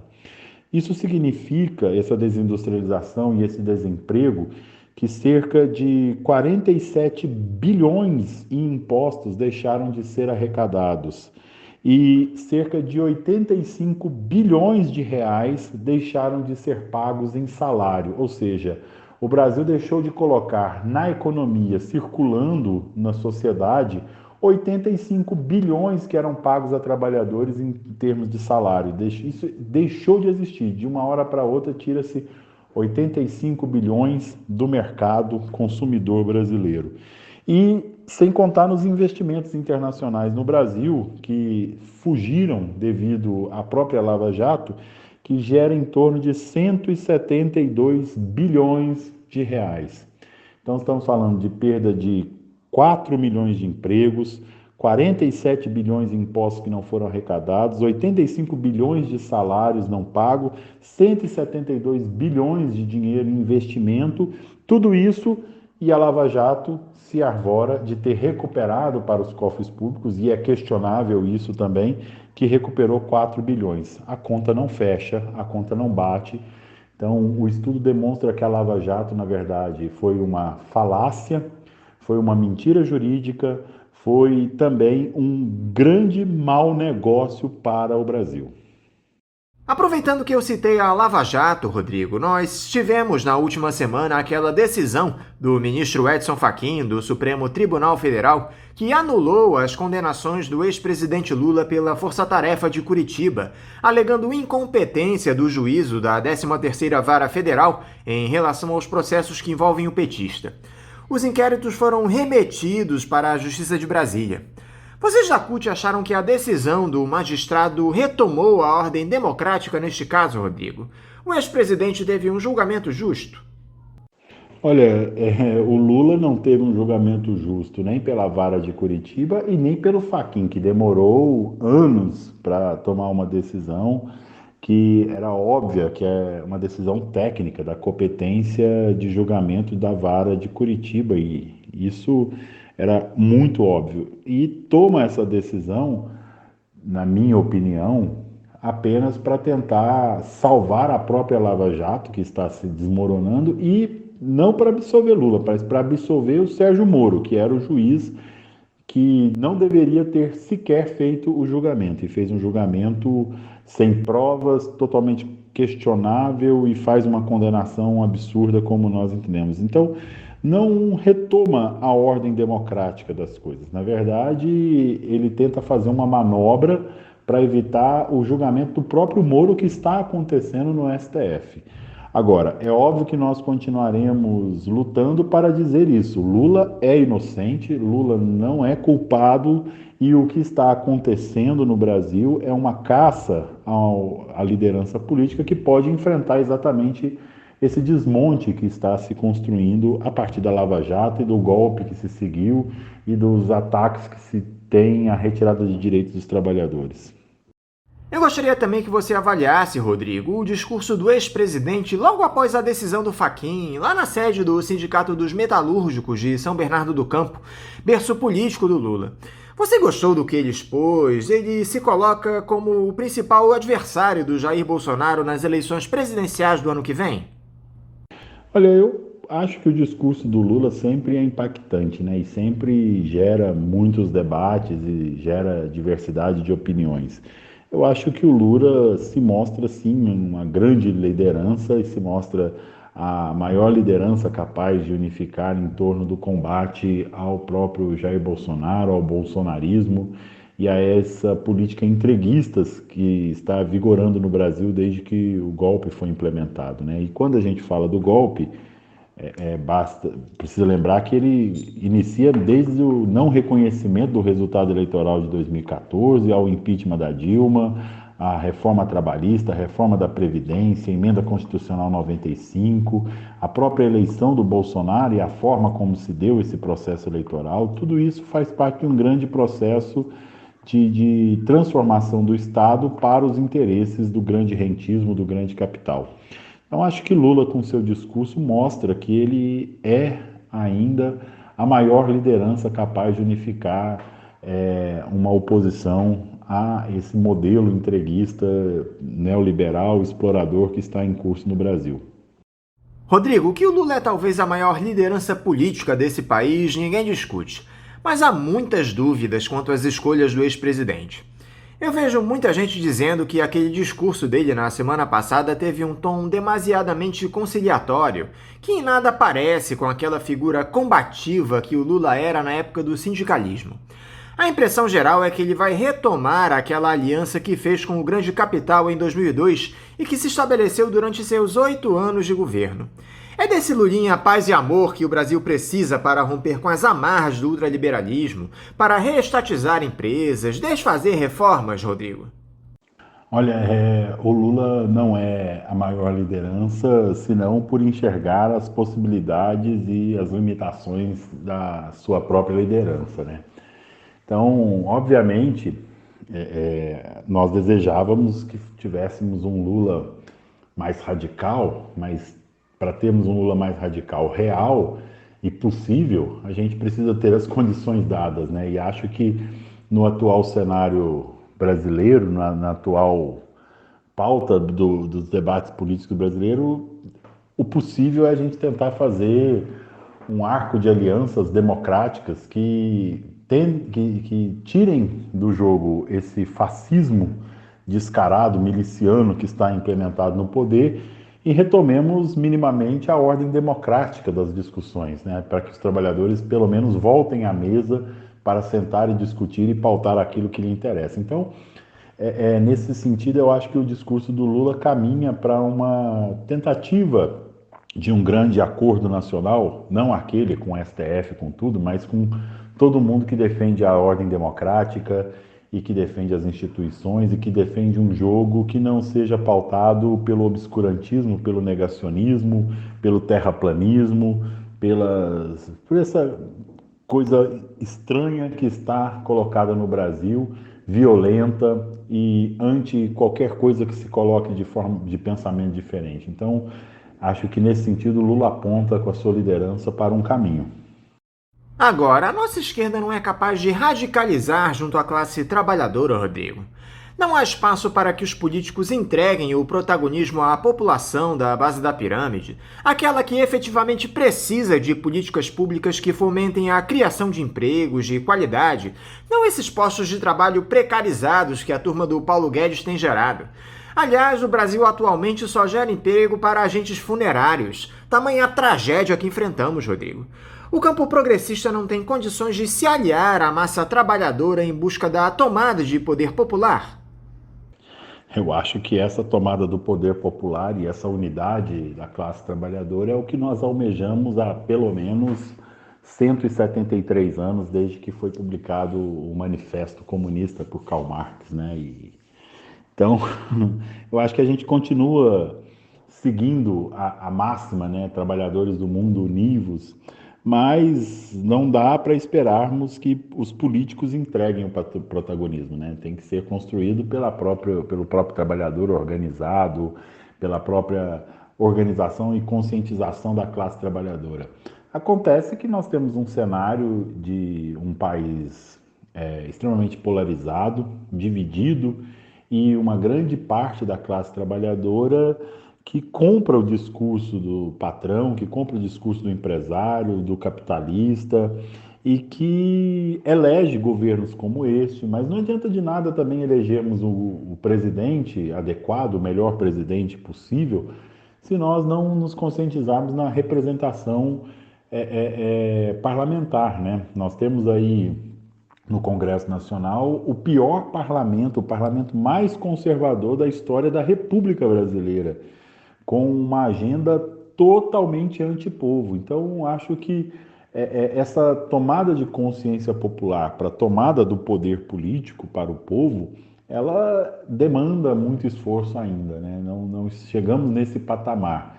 Então, é óbvio que a necessidade de acelerar isso é grande, a necessidade de se organizar isso é iminente, mas nós estamos vivendo uma quadra histórica, não só no Brasil, mas no mundo todo, muito complexa para as forças até mesmo democráticas, progressistas, o que dirá de uma esquerda mais radical.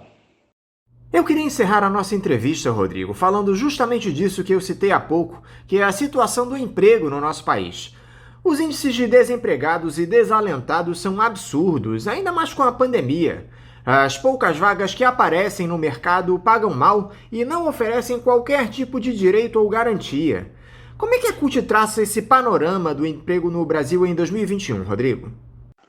Olha, desde o nosso congresso em 2019, nós já vimos discutindo isso, esse cenário do desemprego e, em especial, dessas novas vagas de trabalho que são abertas com uma precarização total. E temos aí como a grande vitrine dessa precarização total os entregadores por aplicativos, né? Que trabalham por uma empresa que não os reconhece como trabalhadores, entregando uma comida por um restaurante que não o reconhece como seu trabalhador, contratado por uma pessoa que nunca olhou a cara dele, tudo isso intermediado por uma plataforma da qual ele também não tem nenhum vínculo direto, a não ser o seu cadastro. Bom, esse cenário de desemprego e de extrema precarização dos empregos que surgem é uma grande preocupação que a CUT tem, vem discutindo no seu congresso. Temos tentado fazer diálogos com esse setor de trabalhadores desalentados de direitos. Temos feito muitos estudos sobre isso, principalmente neste momento acontece uma pesquisa, está sendo realizada uma pesquisa da CUT junto com a OIT em Brasília e em Recife para tentar traçar um perfil do trabalhador por aplicativo, do seu pensamento, da forma como ele enxerga a sua própria realidade. E acho que a gente precisa lutar muito para tentar reverter os estragos que foram feitos nos direitos dos trabalhadores. Tanto da possibilidade de terceirização sem limites e restrita no serviço público, quanto pela falta de direitos dos trabalhadores a partir da reforma trabalhista, que possibilita a contratação sem nenhuma garantia para quem está sendo contratado, até passando por direitos maiores em que sempre lutamos e defendemos, como é o caso dos direitos previdenciários, do seguro social. Isso é extremamente importante. Então, acho que nesse sentido a CUT aponta a defesa do Estado, do serviço público, a reindustrialização do Brasil, a defesa da nossa soberania contra as privatizações das empresas públicas para que a gente possa ter um país capaz de gerar empregos, qualidade de vida, prestação de serviços públicos adequados à sua população. Rodrigo Rodrigues, muito obrigado mais uma vez por você conversar aqui conosco no programa. Eu quero te desejar um ótimo final de semana e deixar aqui o meu abraço. Eu é que agradeço mais uma vez o convite para poder estar aqui, o espaço para podermos falar. Quero convidar todo mundo que está nos ouvindo a acessar o site da CUT, nossas redes sociais, nosso Facebook, buscar o estudo que foi apresentado pelo DIEESE sobre a Lava Jato e vários outros assuntos que tratamos sobre a reforma administrativa, sobre a PEC 186, sobre tudo que interessa à classe trabalhadora, Nosso canal de comunicação está lá à disposição, é um canal que diariamente é alimentado por vários jornalistas no Brasil inteiro. Então, convido a acompanhar, em especial, o estudo sobre os impactos da Lava Jato no Brasil, que foram extremamente negativos. Agradeço o convite, me despeço, até a próxima. Conversamos aqui com o presidente da Central Única dos Trabalhadores do Distrito Federal, a CUT, Rodrigo Rodrigues. Vamos agora a um novo intervalo. Voltaremos daqui a pouco. Voltamos a apresentar Faixa Livre. Estamos de volta, ouvintes, e agora eu converso com o mestre e doutor em Saúde, Política Pública e Estratégias de Desenvolvimento, pesquisador da Fiocruz e diretor do Sindicato dos Servidores de Ciência, Tecnologia, Produção e Inovação em Saúde Pública, ASFOC, Carlos Fidelis Pontes. Carlos Fidelis, bom dia. Salve. Em primeiro lugar, eu gostaria de dizer que é um prazer estar aqui, de agradecer ao convite do Faixa Livre, um convite que muito nos honra, já que somos admiradores do trabalho de vocês, uma contribuição importante para o debate público de temas de interesse da cidadania e do país, algo que está faltando nos nossos meios de comunicação. Carlos, muito obrigado por você estar aqui conversando conosco no programa. Carlos, o Brasil tem passado por momentos muito complicados durante essa pandemia de Covid-19, potencializados graças ao negacionismo defendido pelo governo federal. O presidente Jair Bolsonaro fez pouco caso da doença, trocou 3 vezes o comando do Ministério da Saúde em aproximadamente 1 ano, sendo que o que por mais tempo permaneceu no posto foi um militar sem qualquer experiência em saúde pública. Vocês da Fiocruz consideram que o país vive o maior colapso sanitário e hospitalar da história. Eu gostaria que você nos dissesse, Carlos, de quem é a culpa por esse cenário trágico, a sua avaliação a respeito da pandemia no país. Te afirmo que, na visão do nosso sindicato, da imensa maioria da força de trabalho da Fiocruz, dos profissionais de saúde pública e de ciência do Brasil e do mundo, o primeiro responsável é, sem dúvida, o presidente da República. Responsável porque menosprezou o potencial destrutivo da pandemia e não se colocou como articulador de nossas defesas frente ao avanço do coronavírus em nosso território. Dizer que a doença não passava de uma gripezinha e que a pandemia era histeria da Organização Mundial de Saúde ou da mídia não contribuiu em absolutamente nada para preparar o país para enfrentar esse enorme desafio e essa calamidade que hoje vivemos. Seus péssimos exemplos na promoção de aglomerações, na recusa em usar e valorizar a máscara, na indicação de medicamentos sem eficácia ou tratamentos igualmente inúteis, ou ainda na sua decisiva participação para o atraso na negociação de vacinas, são elementos que compõem uma trajetória de construção dessa tragédia que se abate sobre o país. Uma trajetória marcada pela ignorância sobre o alcance destrutivo do vírus, marcada também pela ignorância e o descaso que levou à tentativa de obter a imunização de grupo, expondo a população e desconsiderando a capacidade de mutação do coronavírus em uma situação de livre trânsito. O presidente errou também quando separou a defesa da vida da questão econômica. A economia deve servir à vida e não o contrário.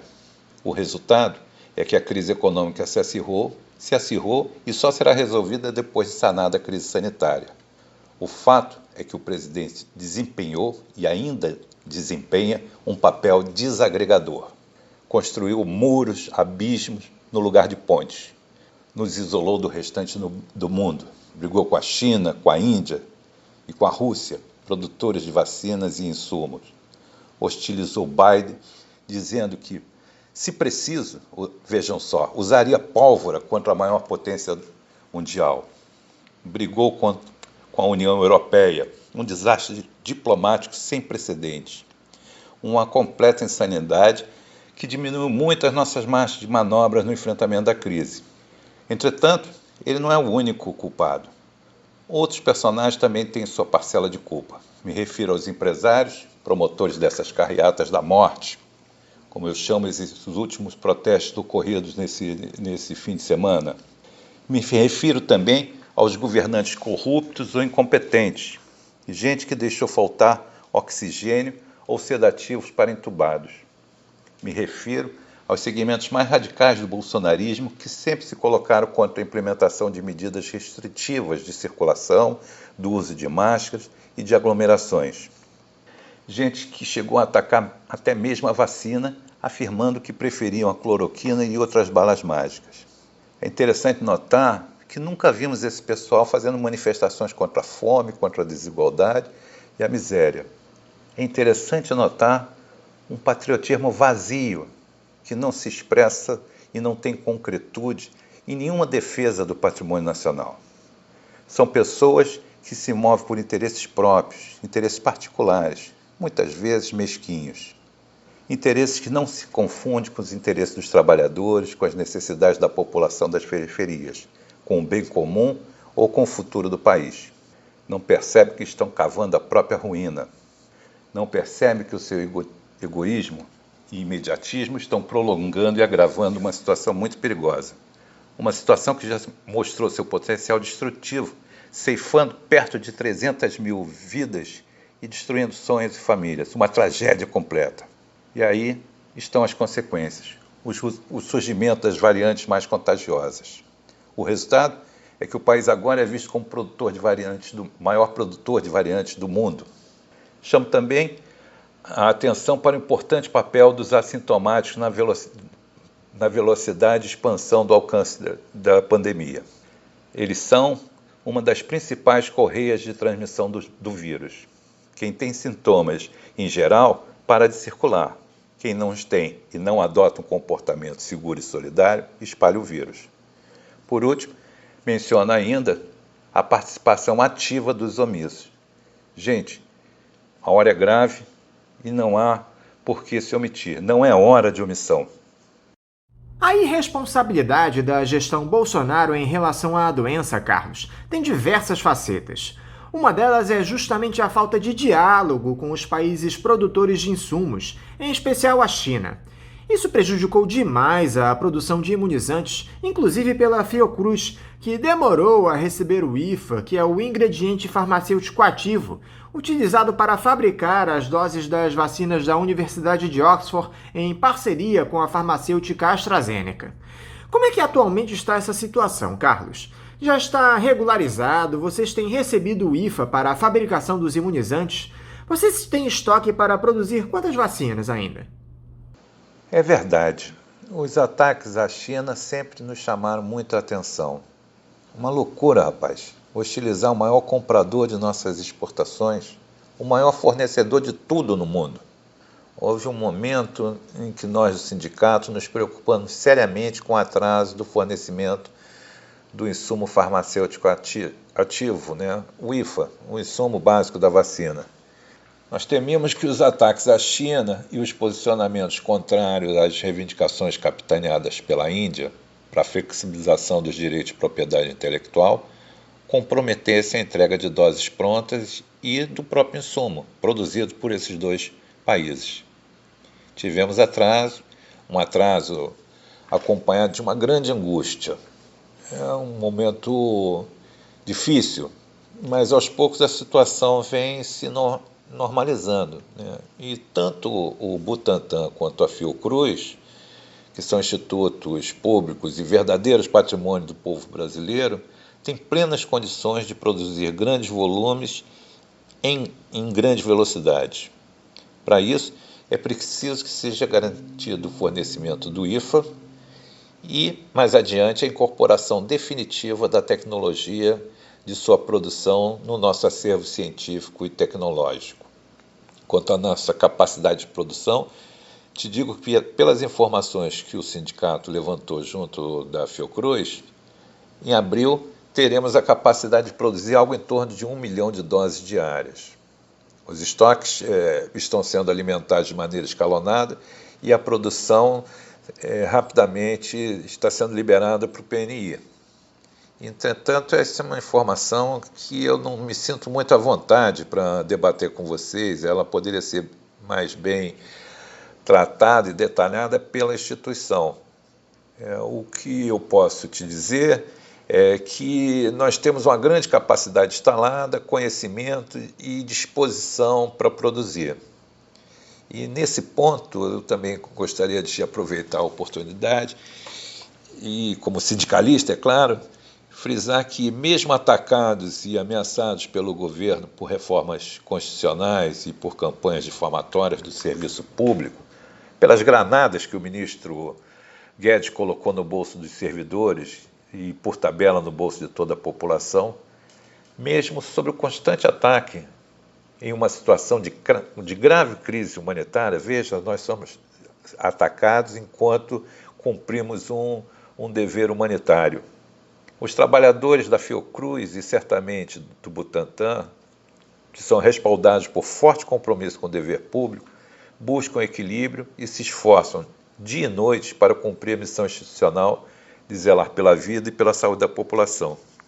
Na Fiocruz, rapaz, estamos rodando em 3 turnos, sábado, domingo, feriado, todas as noites, todos os dias.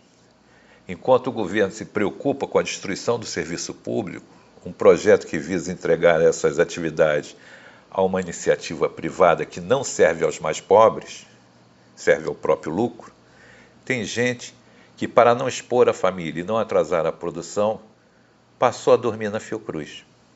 Enquanto nós damos duro na linha de frente, o governo nos hostiliza e passa a boiada, como eles dizem no jargão interno.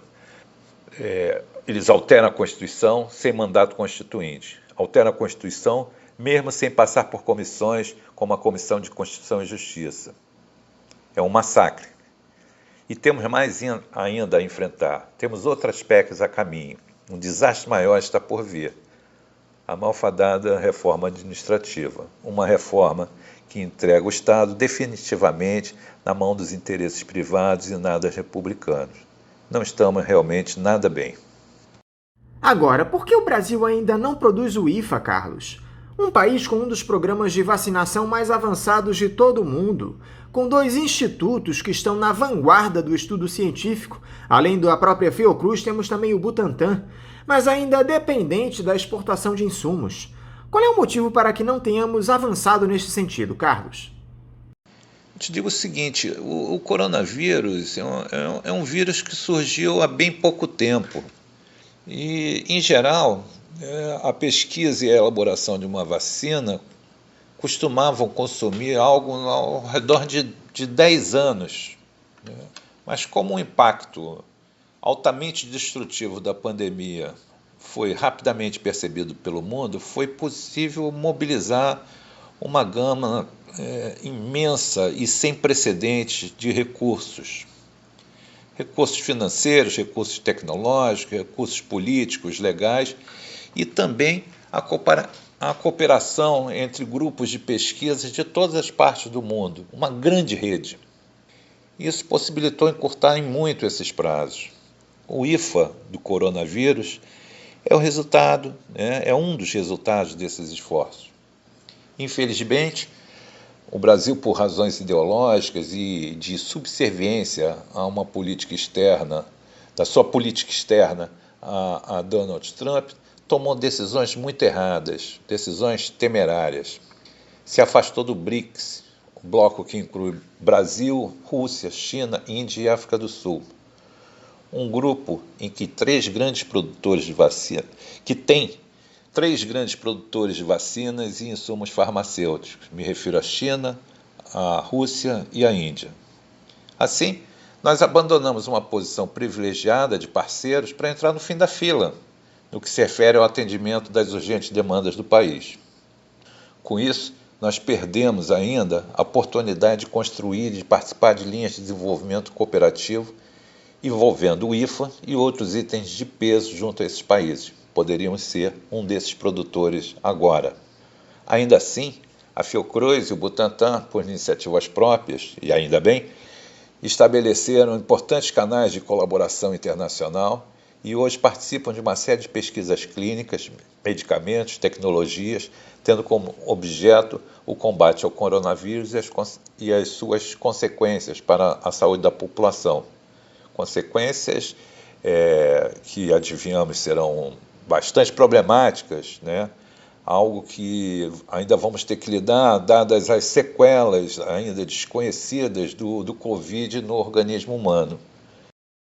Carlos, a maioria absoluta dos especialistas diz que a única maneira de nós reduzirmos esse número absurdo de mortes pela doença é realizando um lockdown, com o fechamento das atividades para fazer com que o vírus pare de circular. Na sua opinião, Carlos, por que o país não consegue realizar esse lockdown? Isso se deve exclusivamente às autoridades que temem os prejuízos políticos de uma medida extrema como essa? As pessoas não conseguem se manter em casa, respeitando o isolamento? É realmente muito difícil conseguir adesão a uma medida polêmica, ainda mais quando a principal autoridade do país se dedica a fazer campanha contra esse instrumento. É uma medida amarga, certamente, mas por vezes necessária e inadiável. Ninguém defende o lockdown por gosto. No entanto, há aqueles que são contrários ao lockdown por interesses particulares. Lembra aqui o que o presidente disse a respeito desse tema para a médica Ludmila quando a sondou sobre a possibilidade dela assumir o Ministério da Saúde. Busquem lá, busquem conferir. O presidente está mais preocupado com os efeitos do lockdown em uma eventual reeleição do que com a saúde do país. Ele chegou a ser grosseiro com a médica. De fato, o lockdown é uma medida extremamente impopular, atrapalha os negócios, inibe a circulação. Portanto, é uma medida que tem que ser necessariamente acompanhada de outras. Me refiro a medidas como a liberação de recursos para a manutenção das pessoas, a garantia de abastecimento e serviços considerados essenciais, a garantia de subsídios para a manutenção de empresas e de empregos. Mas aqui parece que a prioridade tem sido outra. Os recursos são tragados pelo mecanismo da dívida e drenados para o setor financeiro, um setor rentista que não produz e não emprega, mas que manda nas finanças e na economia do país. Agora, do ponto de vista das pessoas, é preciso lembrar que a maioria da população, principalmente a parcela que vive nas comunidades e periferias, essas já estão expostas. Trata-se de uma enorme parcela da população que é obrigada a se expor cotidianamente no péssimo transporte público oferecido pela nossa tão decantada iniciativa privada. Trens, ônibus, barcas, vagões de metrô que não devem nada aos navios tombeiros, navios que transportavam pessoas escravizadas da África para o Brasil. Um crime contra o cidadão e contra a saúde pública. Uma via de propagação vergonhosa, irresponsável e criminosa da pandemia. Uma marca que dá bem a dimensão do valor que damos à vida. Uma amostra da nossa total insanidade em relação ao bem comum e ao nosso futuro. Uma alienação suicida e assassina. Embora, é claro, muitos achem isso uma bobagem, preferindo aderir ao apelo patético e inconsequente do presidente para que a população deixe de ser uma população de maricas, para que o país enfrente o vírus como homens. Talvez, quem sabe, com as armas que ele tanto luta para liberar. Diante de tal situação e do comportamento do chefe do executivo, como ganhar a adesão dessas pessoas? Como exigir dessas pessoas que moram em casas super pequenas, em comunidades de ruas estreitas, em habitações com um grande número de pessoas, como exigir, né, que no fim de semana elas busquem se isolar? Uma situação bem diferente do que ocorre no Leblon e nas festas dos bairros nobres da cidade. Esses sim têm condição de se isolar. Agora, um outro aspecto que eu preciso ressaltar é que, além disso, o lockdown requer competência, coordenação e articulação fina para sua execução. Requer uma boa comunicação social, ainda mais em um país de dimensões continentais como o nosso. Ele já poderia ter sido realizado de forma escalonada, em sintonia fina entre os entes da federação, estados e municípios, de uma forma mais confortável. Infelizmente, deixamos chegar a um ponto em que todo o país está entrando em colapso. Muito provavelmente, vamos ter que decretá-lo em todo o território e de forma simultânea e apressada. Muito triste isso. E qual é o papel da Fiocruz nesse caos provocado pela pandemia, Carlos? Você acha que a Fundação Oswaldo Cruz está sendo aproveitada da melhor maneira pelo Estado brasileiro em um momento de extrema gravidade como esse? Falta ou faltou investimento público na Fiocruz para que ela pudesse atender de maneira mais eficiente a enorme demanda por vacinas? Olha, a Fiocruz é uma instituição fantástica, uma instituição de Estado com mais de 120 anos de bons serviços ao Brasil e ao mundo. Um orgulho, né? Um patrimônio da nação. Muitos de nós lá na Fiocruz, e eu sou um deles, até brinco, dizem que querem ter suas cinzas espalhadas no campus depois de morrer. A trajetória da Fiocruz é marcada por muita luta, né? Nesse período de existência, a instituição enfrentou épocas de brilho e ataques de setores do atraso.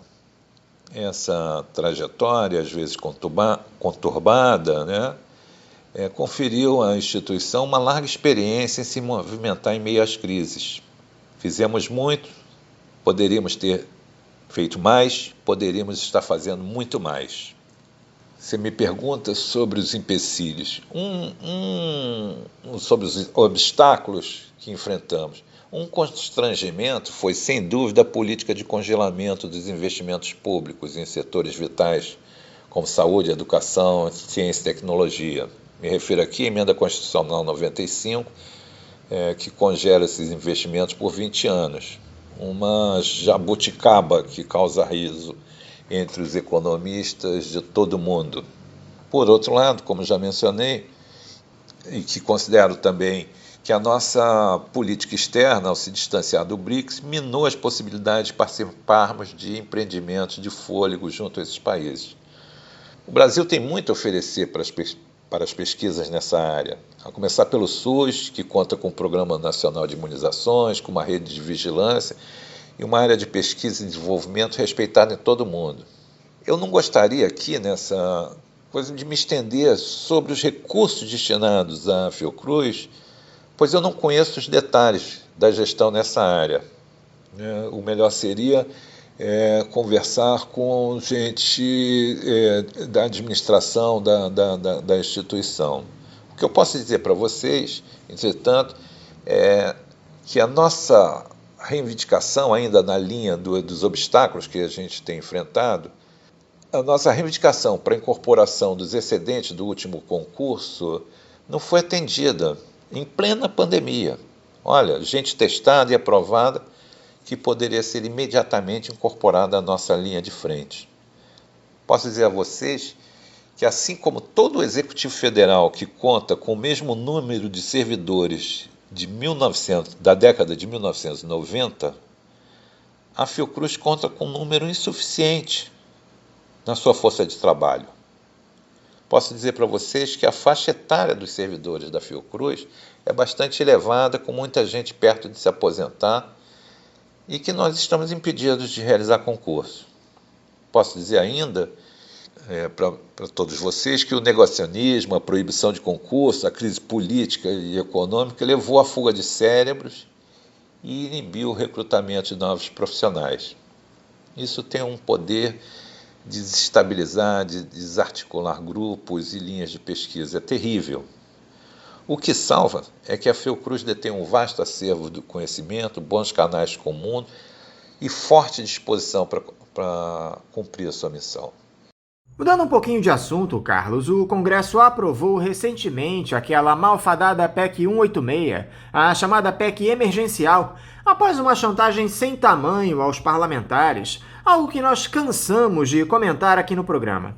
Vocês da AFOC atuaram ativamente na tentativa de evitar que esse verdadeiro crime contra o serviço público fosse aprovado. Agora, eu queria saber de você quais os danos que essa proposta de emenda à Constituição traz para a saúde do nosso país. Você pode falar um pouco a respeito disso, por favor? A PEC 186. O que dizer da PEC 186? A PEC 186 simplesmente não tinha nada a ver com o combate à pandemia ou com a concessão do auxílio emergencial. Ela nunca teve esse objetivo.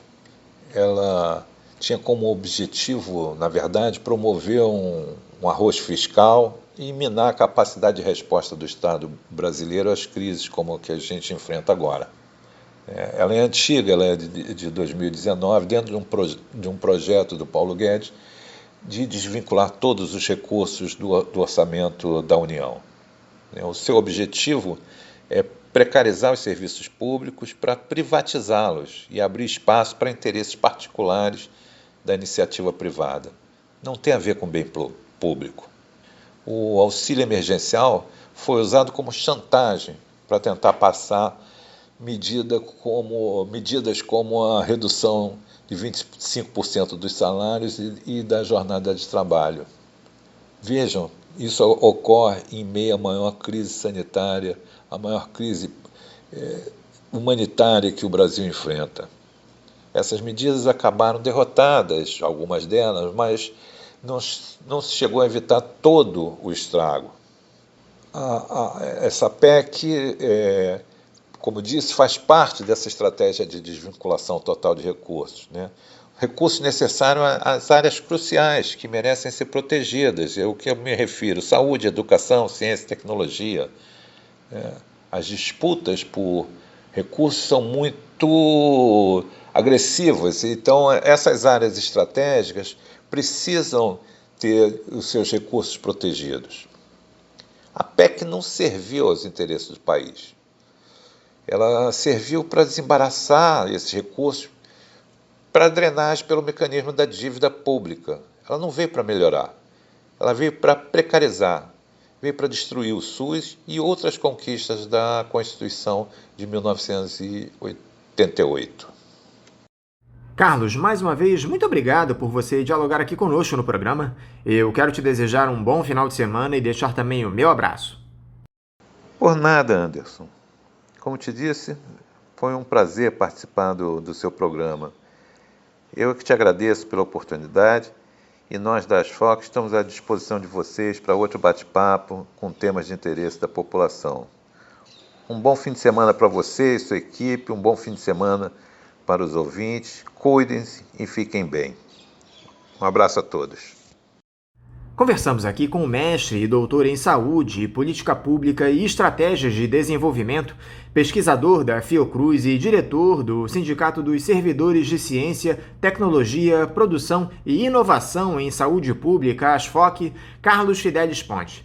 E vamos encerrando a edição de hoje do programa, convidando todos vocês para na próxima segunda-feira, a partir das 8 da manhã, estarem novamente aqui na Rádio Bandeirantes 1360 AM para mais uma edição do Faixa Livre. Eu desejo a vocês um ótimo final de semana e até segunda!